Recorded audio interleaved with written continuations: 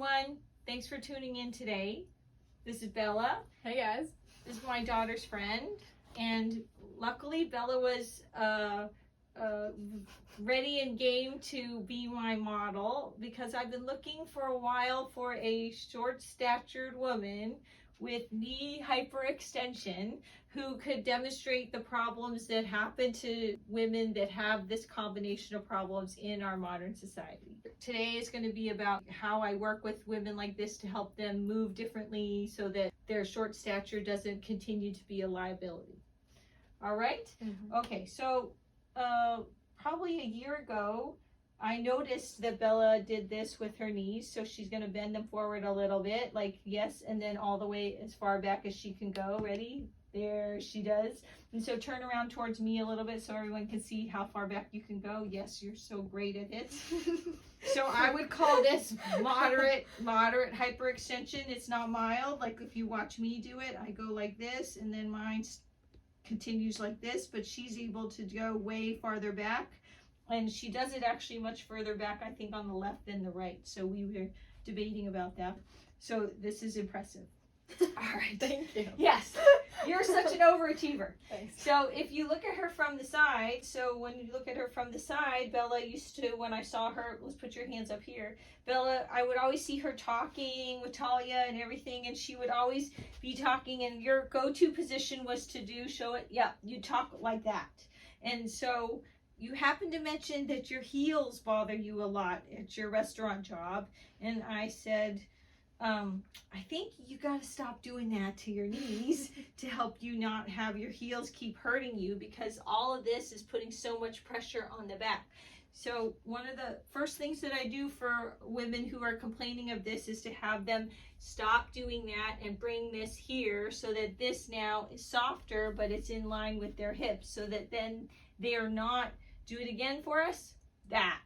This creates so much tension because you would never build a table with a leg that does that and coming back. It would make it not stable and would make it strain the joint that's up here.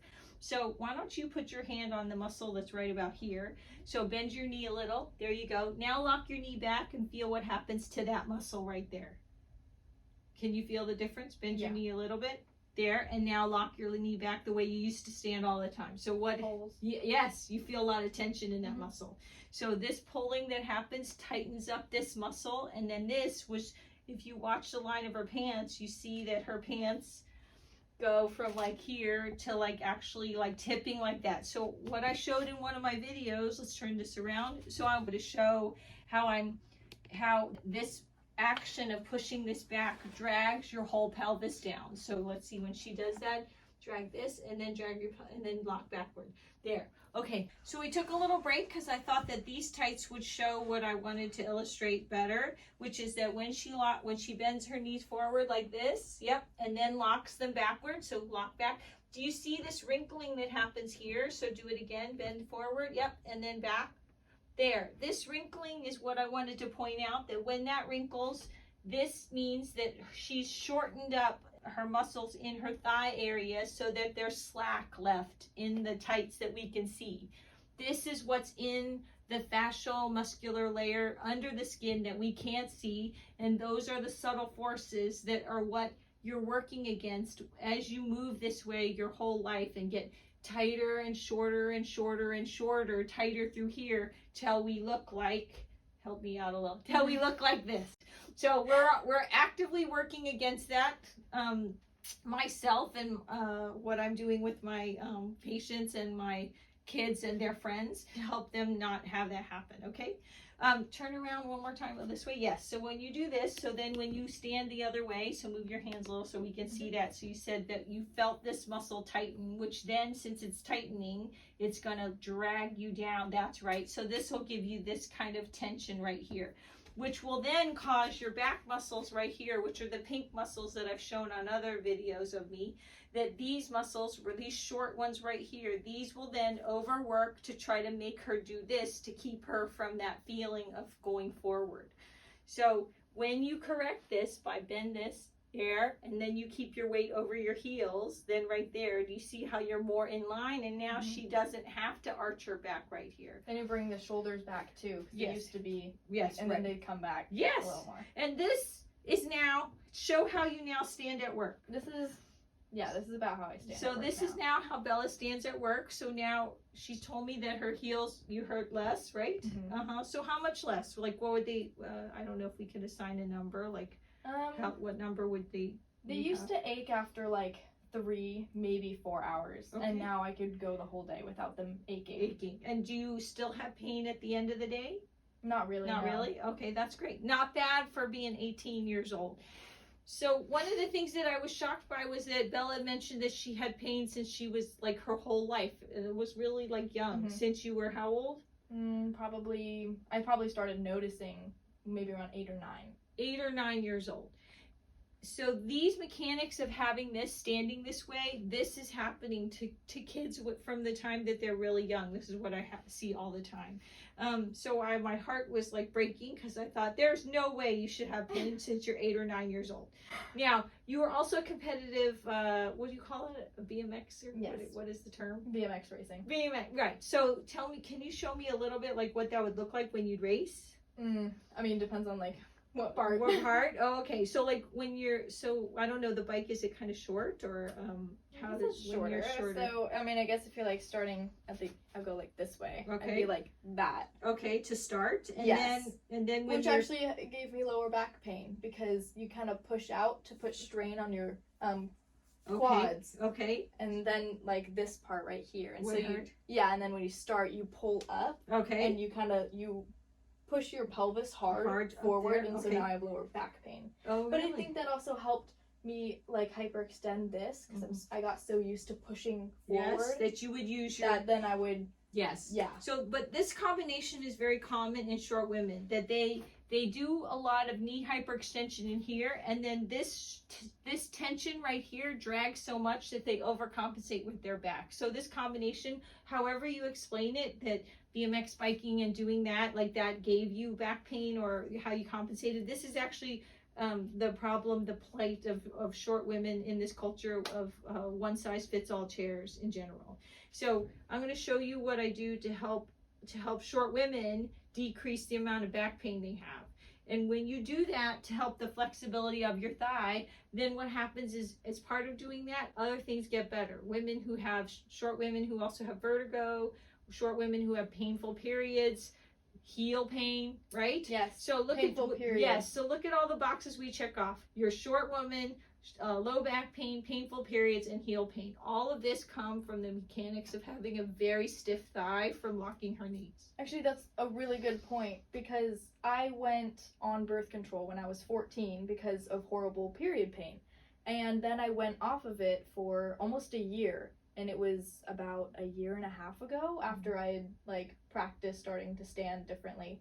And I was able to have like not painful periods. So. No way! Yeah. I didn't know that. Yeah. That's awesome. And it probably will help your back pain, although you didn't really say you suffered too much with that. Did you suffer? Yeah. Well, back pain. Because you stopped BMX biking? Yes. I never really had painful like back like from my period. I still have lower back pain just because I think I tweaked my back racing for so many years. But that, I don't know if that will go away. I guess we'll see. So you're 18 and you live with chronic back pain? Most of the time. Yes. Lower. Yeah.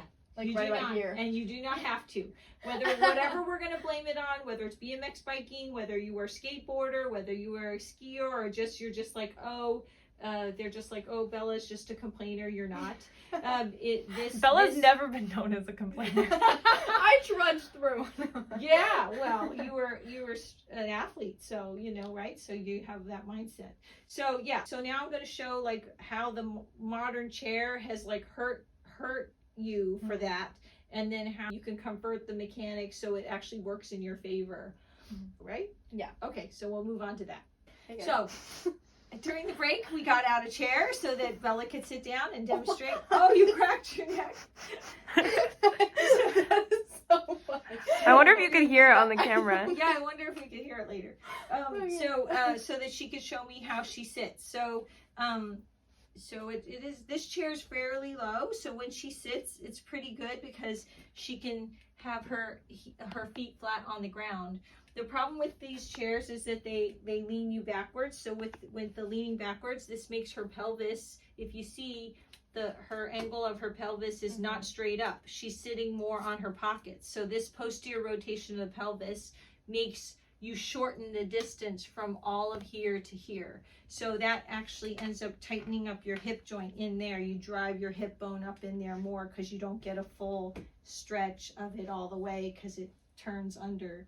If you see when I turn under, you can kind of see some slack happening. Instead of sitting like yes, this, like exactly. straight. See that? And then if you had a pillow, which is what I recommend to women sitting and driving, is that I say, okay, sit, and when you drive, you see how if you sit like this, then that headrest, which is usually a little bit too much pitched forward, pushes your head forward, so people are forced to drive like this. Yet the bucket seat is deep for one size fits all, so it has them like this. So it makes you drive like this with your head forward.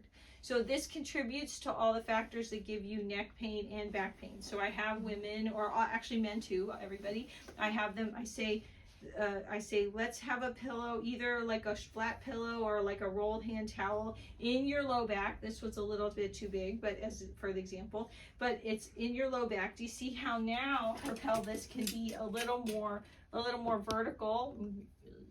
Oh. There you go. So a little more vertical, so that gives her more stretch through here. And then now there's distance here from the headrest, so that this is not making her push her head forward. So this is one of the first changes I recommend for driving for short women. Then when your seat is pulled up more, then when you're going to drive and pedal, then you want your seat pulled up more so that you have a little bit of bend in your knee. Because in the video that I show about the flexing of your elbow, that this is analogous to your knee. When you bend your elbow, which is like your knee, this is stretching this part of your thigh.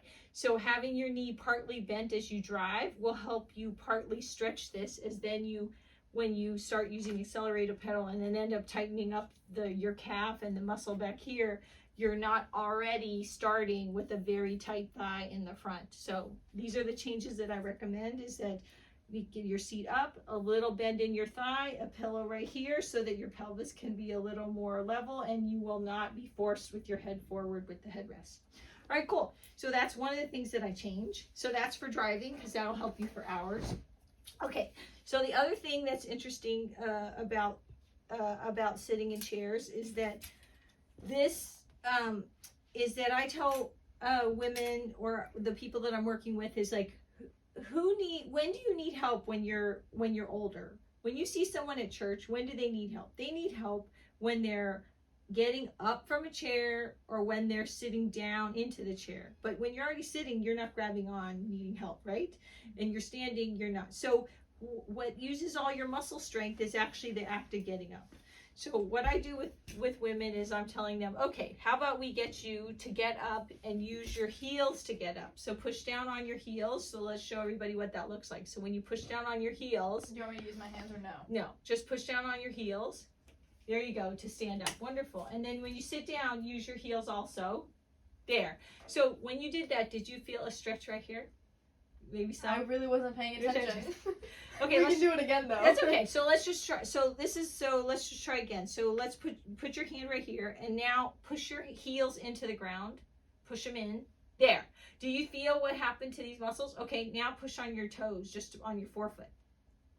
Do you feel the difference? Yeah, well, there's less tightness. Yeah, they're like stiffer, but they don't get full, like they don't flex, right?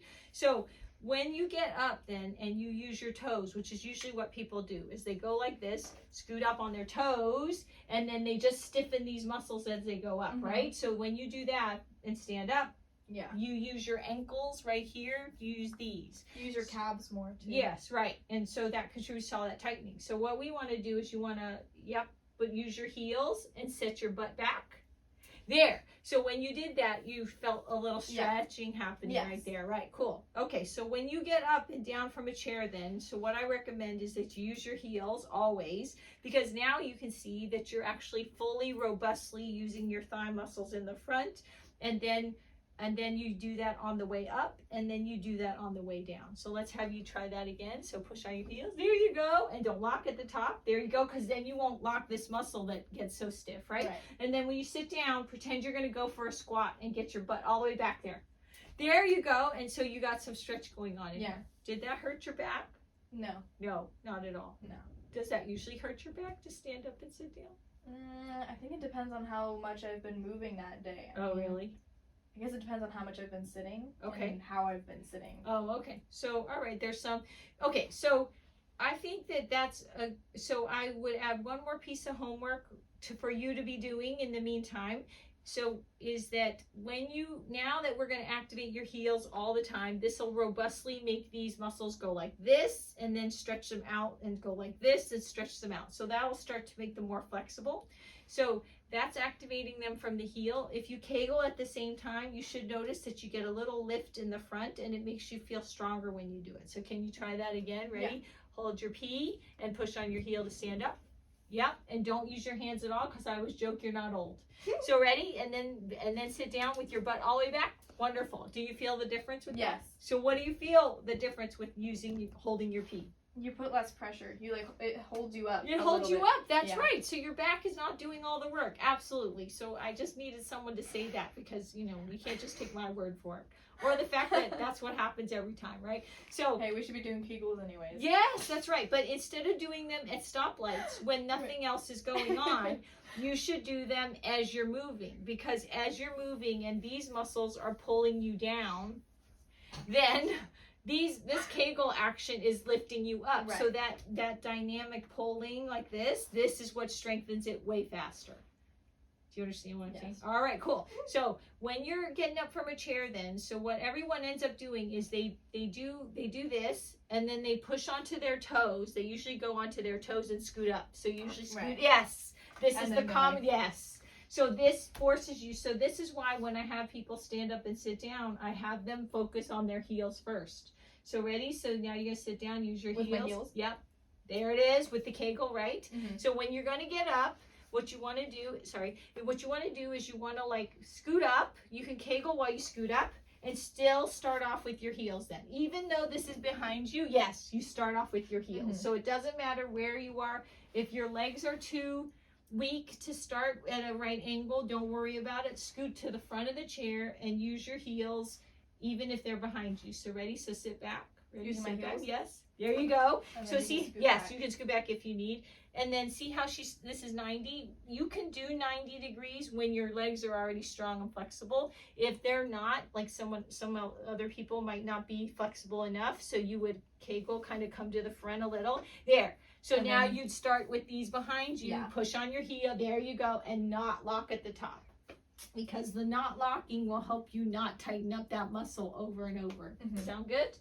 All right, great. I think that was a good place to stop. Okay. Yeah.